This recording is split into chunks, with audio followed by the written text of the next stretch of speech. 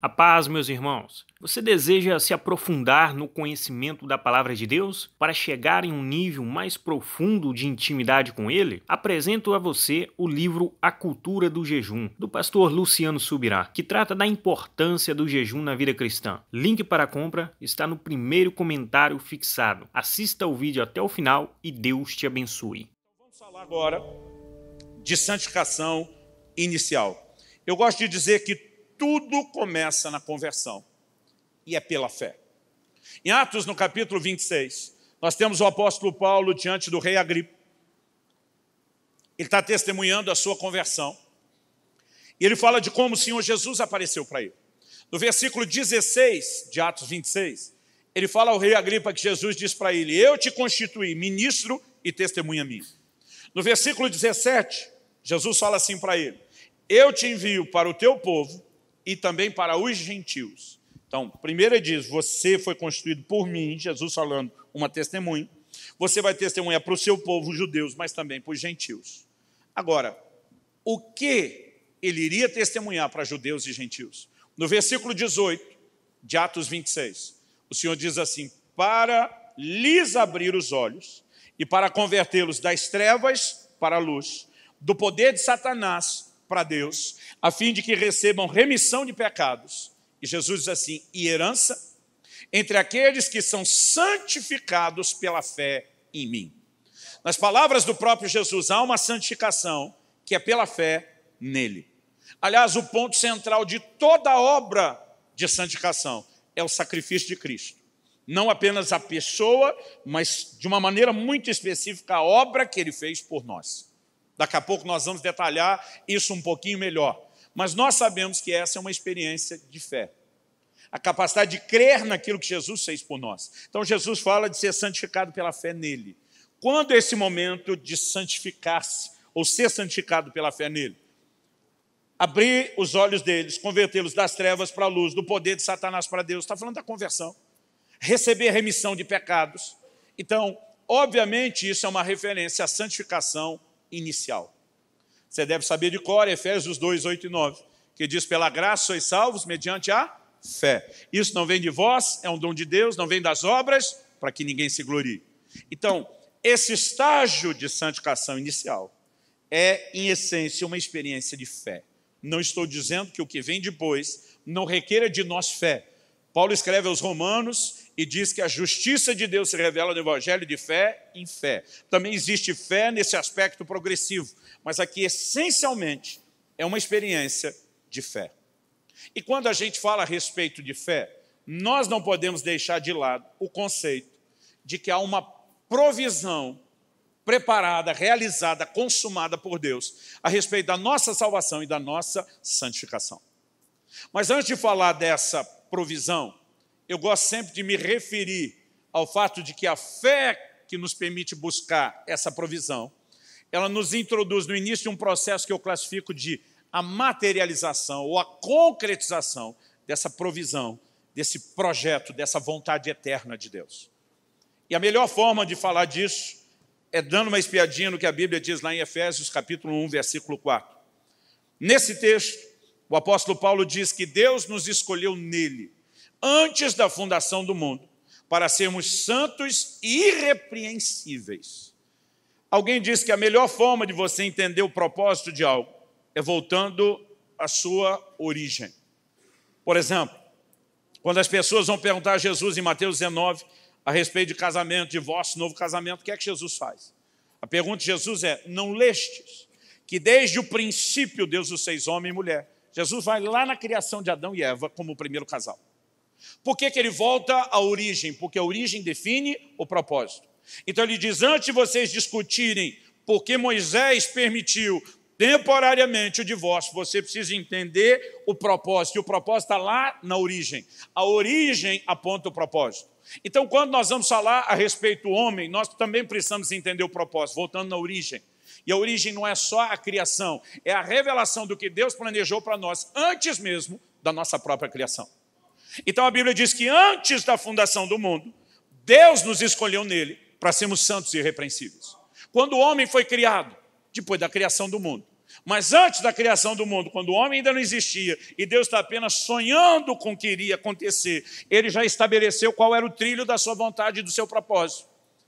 Que nós, a raça humana que ainda viria a existir, que nós fôssemos santos e irrepreensíveis nele. Porque é importante começarmos por aí, para entender que santidade não é um assunto secundário ou periférico na doutrina cristã, como alguns querem fazer a gente acreditar que seja. Santidade é o centro, é o cerne de todo o plano e de todo o projeto de Deus para a humanidade. Então, quando nós olhamos para um Deus que antes da criação está sonhando com isso, nós vamos entender que ele também fez uma provisão que viabilizasse que isso se tornasse possível. Não apenas o que ele deposita no homem no início da criação, mas mesmo antes da queda do homem, que deu lugar ao pecado e corrompeu o propósito inicial, havia uma provisão eterna. A Bíblia diz em 1 de Pedro, no capítulo 1, que Jesus é o Cordeiro conhecido antes da fundação do mundo. Antes do homem que foi criado para ser santo, pecar e comprometer o projeto, Deus já tinha uma provisão, que era a obra de Cristo, que seria realizado por cada um de nós. Nós, seres humanos limitados ao tempo, seres temporais, a gente só consegue pensar no tempo em momentos distintos, que é como nós transitamos por ele.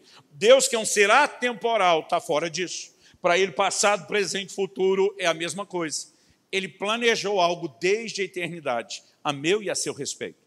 Então, a santificação é parte de uma provisão já determinada, estabelecida por Deus, na qual eu e você, por fé, podemos entrar, buscar essa realidade provisionada para que ela possa ser vivida, aplicada e praticada aqui na terra. Quem está entendendo, diga amém.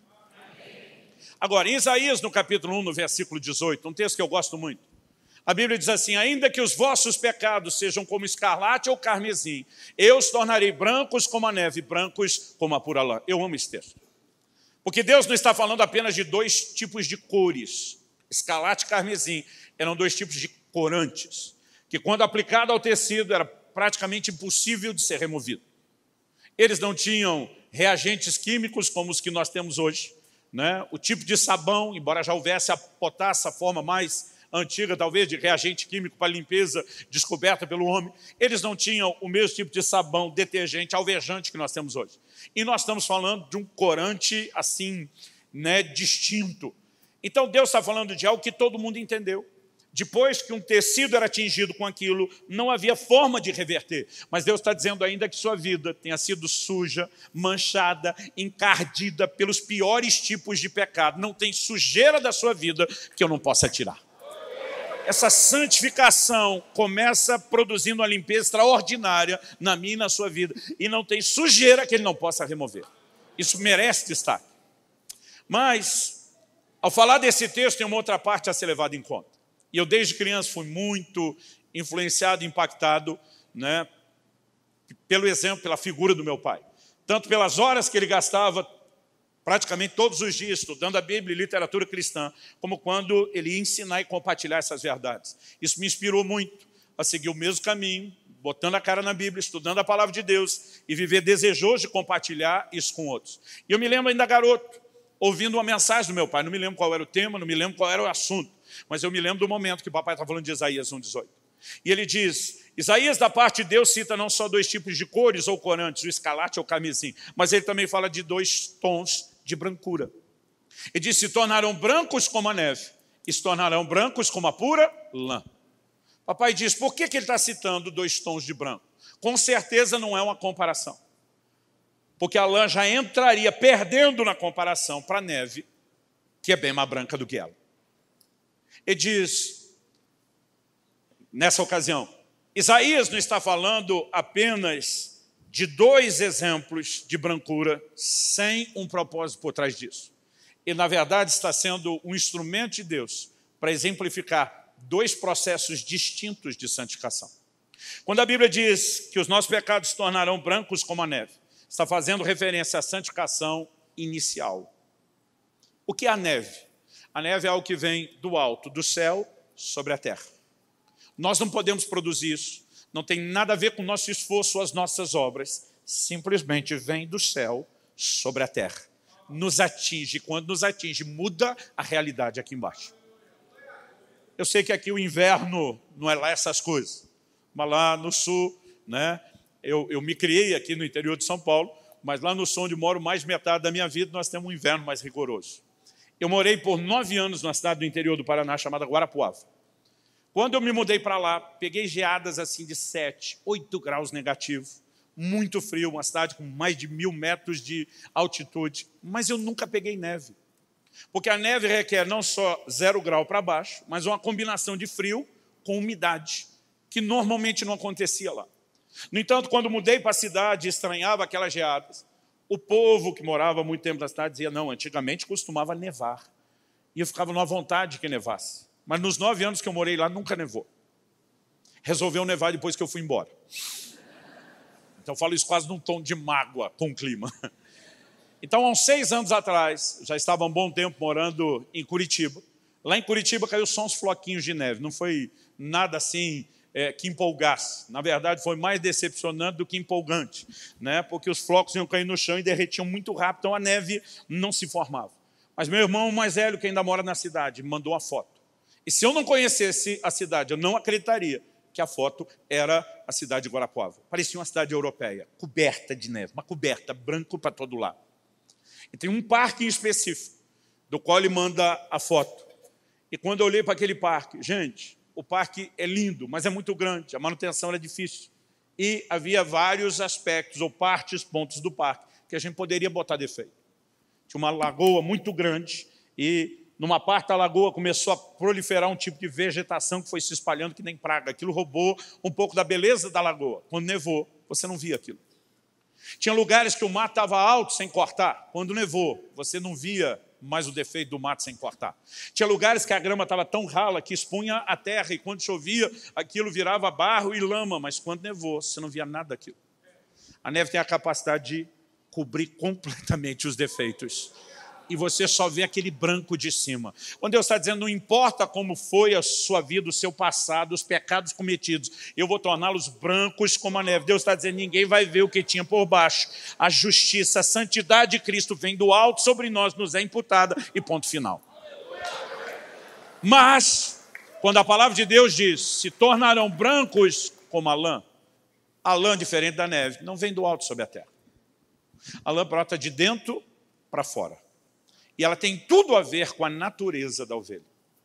Isso exemplifica o que é santificação progressiva. Santificação nunca foi, não é e nunca será de fora para dentro. Movimentos que tornaram um pouco legalista e pesada a mensagem de santificação tentaram mudar as pessoas de fora para dentro a partir de regras. Não estou dizendo que não exista hoje regras a serem obedecidas, mas estou dizendo que nunca funcionou dessa forma. Nem no período do Velho Testamento, chamado de a lei, os homens foram mudados de fora para dentro por conta das regras, e nem depois de tendo chegado a nova aliança, isso se tornou eficaz ou funcional. Em Colossenses 2, de 20 em diante, até o 22 ali, ou 23, o apóstolo Paulo diz o seguinte, se vocês já morreram com Cristo para esse mundo, por que é que vocês se preocupam com coisas como não toque isso, não prove aquilo, não manuseie aquilo outro? Ele diz, essas coisas com uso se destroem e não tem valor algum no combate à satisfação da carne. Então, nem antes na velha aliança, nem na nova, esse era o processo. Santificação, no ensino de Cristo e dos apóstolos, é algo que precisa acontecer de dentro para fora. E assim como a lã não apenas brota de dentro para fora, mas tem a ver com a natureza da ovelha, santificação progressiva tem tudo a ver com nós sermos controlados pela nova natureza, a natureza de Deus que recebemos mediante o novo nascimento. Então, é nesse ponto que nós precisamos entender, há uma experiência de santificação inicial, mas há uma experiência de santificação progressiva.